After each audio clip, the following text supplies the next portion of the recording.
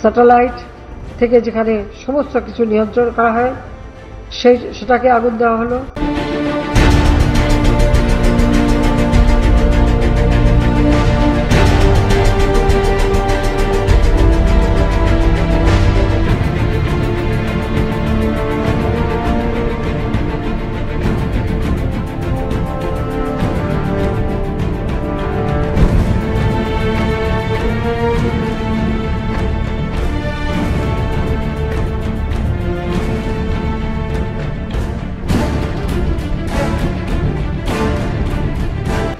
এমনকি submarine cable, এটা মাটির নিচ দিয়ে ছিল রাস্তা করার জন্য, সেটা কিছুদিনের জন্য উপরে রাখা হয়েছিল, সেটাকে নষ্ট করা হলো।